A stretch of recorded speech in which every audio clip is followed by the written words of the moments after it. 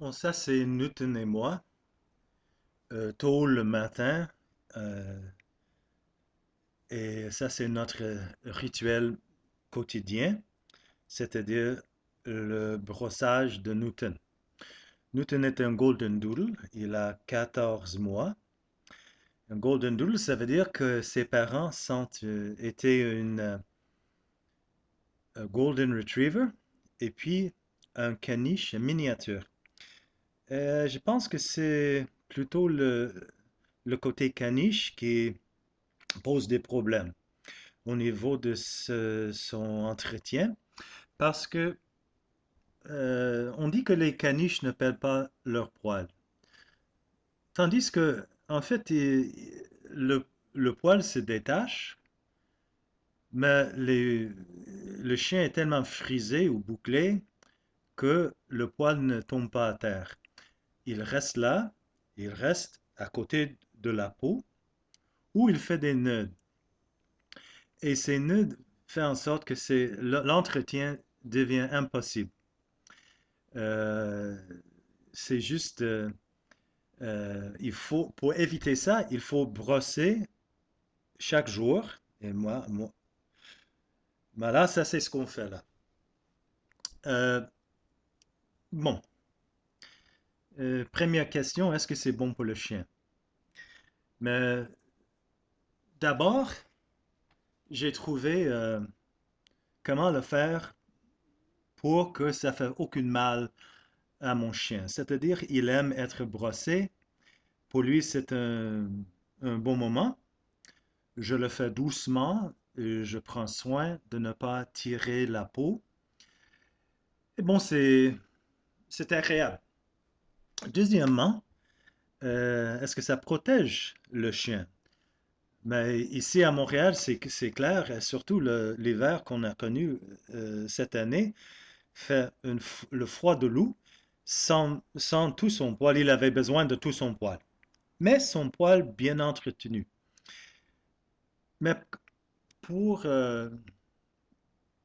en ce qui concerne l'été, parce que maintenant c'est vrai, fait vraiment chaud. Et souvent les gens me demandent, mais est-ce que c'est pas trop chaud pour lui? Mais si vous checkez sur la SPCA américaine, ce qui est une bonne ressource, ils disent que la, le poil est bon pour le chien en été quand il fait chaud parce que ça protège. C'est comme un climatiseur. Ça protège la peau et c'est comme une isolation en, en été comme en hiver, comme une maison. Donc, c'est bon pour mon chien, mais qu'est-ce que je vais faire avec tout le poil que je récolte de Newton? Ok, ok, on est prêt pour la prochaine étape. Et ça, c'est garder la laine que j'ai cueillie de Newton. Et là, bon, ça c'est la laine, il y a toutes sortes. Parfois, c'est plutôt de feutre. Il faut défaire ça pour arriver à des boules de poils comme ça. Et les boules de poils, quand j'arrive à ça, j'ai du blanc et des caramels. Je les mets dans mes brosses. Mais ça, c'est juste. Normalement, on utilise des quarts d'heure. Mais des quarts d'heure aurait été trop dispendieux. 160 dollars pour deux. Au lieu de ça, j'utilise les brosses, les brosses du chien. Et ces brosses ont déjà des centaines de petites aiguilles. Ça, c'est exactement le même principe que des quarts d'heure. Donc, c'est juste plus rentable, plus efficace. C'est pas pour l'efficacité, mais c'est fonctionnel. J'ai des poils dans le nez, excuse-moi. Et là, donc, je charge avec son poil la brosse et je fais en sorte, il faut que tous les fibres aillent dans la même direction, que chaque poil, chaque main, en général que le poil, les, les cheveux vont dans la même direction. Et là, ça c'est à peu près ça. Et là, puis après, je roule. Je roule ça pour faire ensemble. Et maintenant, ça donne un petit rouleau de poils qui est prêt maintenant à filer. Et pour filer, ben, ça c'est la prochaine étape. Voilà ce que ça donne. Voilà. Et maintenant, j'ai deux couleurs, mais ça c'est les blancs. Donc, ça c'est un caramel parmi les blancs. Mais il faut transformer ça en laine maintenant. Filer ça. Et ça, c'est ce qu'on va faire prochainement.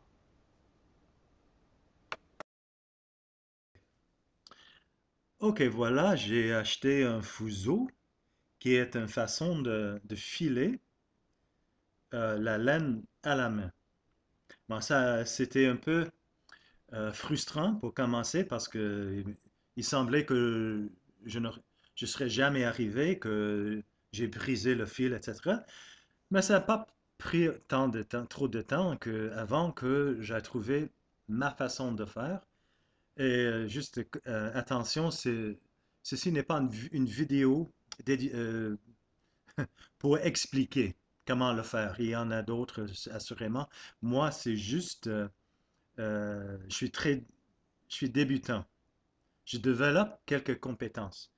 Ben, cela dit, j'étais extrêmement euh, excité, satisfait de voir que le poil de mon chien, euh, le poil de mon chien fait une laine de grande qualité, malgré mes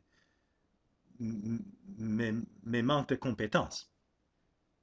Euh, c'est comme du mohair.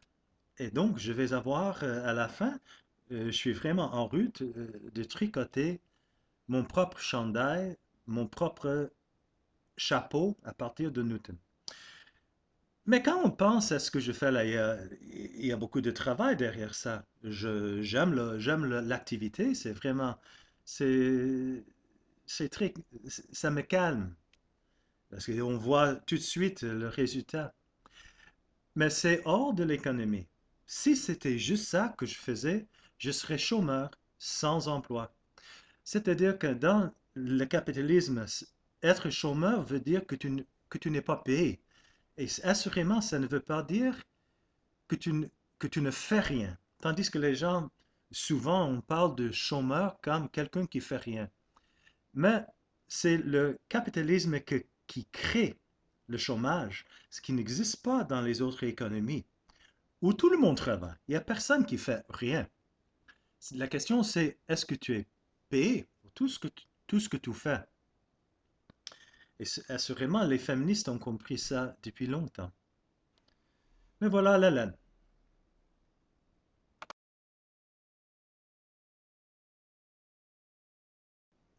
Et voilà. Maintenant, ça c'est la laine que je filais. Ça va être la troisième balle. Mais voilà, l'autre, ça c'est la première, j'en ai deux et j'en ai pour faire d'autres. Mais c'est une laine très, bah, si j'étais plus compétent, elle serait pas si, si coûteuse. Par exemple, c'est très artisanal et ça, c'est ce que les gens cherchent ces jours, ce genre de laine. Et c'est ce que je cherchais. Voilà le caramel. Et il y en a moins parce que ces taches caramel sont pas si importantes que le blanc. En tout cas, voilà, je vais avoir assez pour, après un an, pour tricoter le chandail. Pour cet hiver, je vais juste me tricoter une toque, un chapeau.